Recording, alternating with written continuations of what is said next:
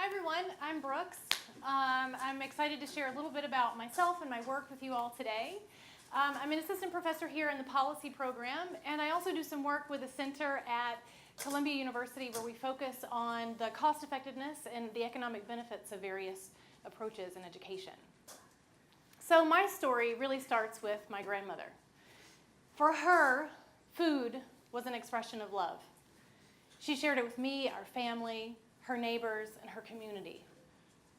I would say that my favorite food of my grandmother's was this cookie bar. It was truly the perfect cookie. It was crispy on the outside, soft on the inside, lightly dusted with powdered sugar, truly great.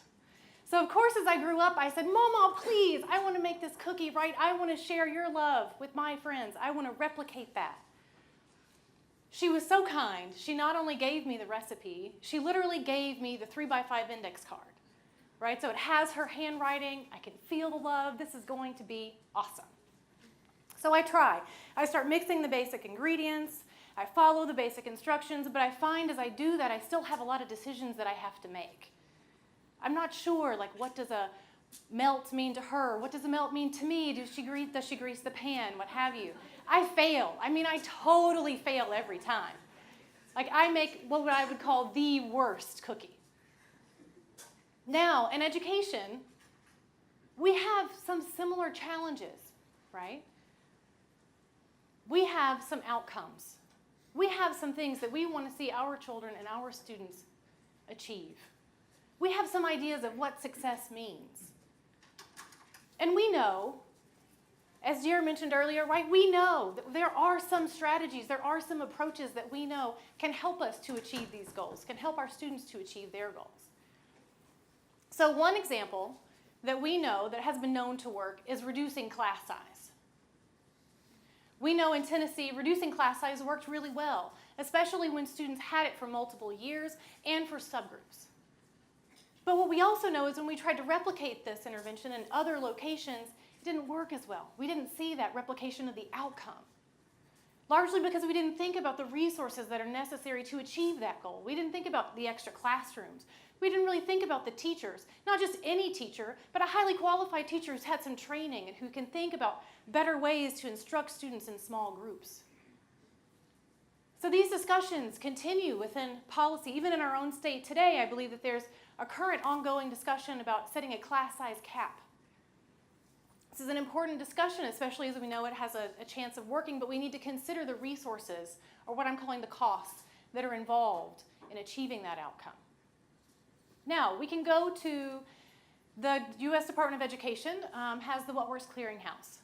So we can go to their webpage and we can find listings of programs that work. So we might go to reading, for example, and see a program that's effective for kindergartners, a program that's effective as a pull-out program for second graders, and a program that's great with fifth grade as an add-on to curriculum. The problem is that those are not true alternatives for one another. This is more chaotic once we get into them. They're not easily exchangeable. It doesn't work very well as an easy list. So if you leave one thing from my talk today, I would like for that one thing to be that it's important that we know that something works. Impact is absolutely necessary, but it's not sufficient for decision making. We need to know more about the people who are implementing these different interventions and reforms. What's the training that they're receiving? What's the space that's required to implement this new or different approach? What kind of materials are used? So this approach is called the ingredients method. So it underpins basically all of the work that I do. It's, as you can tell, a mixed methods approach to thinking about all of the resources that are involved in providing some certain approach and achieving an outcome. So I'm going to walk you through very quickly one example of this work with a program called Reading Partners. It's a pull-out reading program. It's supplemental instruction where students are pulled out.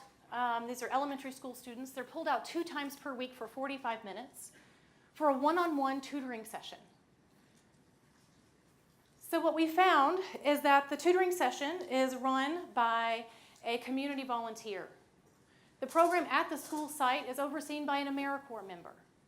Then that member is trained and overseen and supported by the Reading Partners program. There's some additional support that's provided from the teachers and the principals within the school. And then what we found was that the program worked. We saw about a month and a half of gain for the students who participated, compared to business as usual, in comprehension, fluency, and sight words. So we were pretty stoked, right? But then we also wanted to understand how, like what were the inputs, what were the resources that made this work? How did this work out? So if we were to say there were 10 buckets that went into making Reading Partners work, 2 of those buckets were provided or financed by the school through teacher time and principal time in that classroom space. The other 8 were provided by the volunteers from the community, the AmeriCorps members, and the program itself. So we think, okay, so that seems like a pretty interesting cost finding, but what about in context? What do we think about? How do we think about this? So other reading programs that are provided in the school that do sort of have similar missions, those are almost nearly completely funded or provided by the schools, whereas this one was only 20%. So we found that it worked, but then we also found that it could be a cost-effective option for schools in trying to better achieve their reading goals. So as you guys go forward, either in your kitchens or in your classrooms or what have you, I encourage you to think about the different ingredients that go into making that successful outcome and how you share that information with others so that they can replicate what you've done. Now I'm going to leave you with a quick plug. I have a class in the fall where I'll be teaching this method. I would love to have any of your students that you think might be interested in coming and learning about this. And I look forward to talking with you all more. Thank you.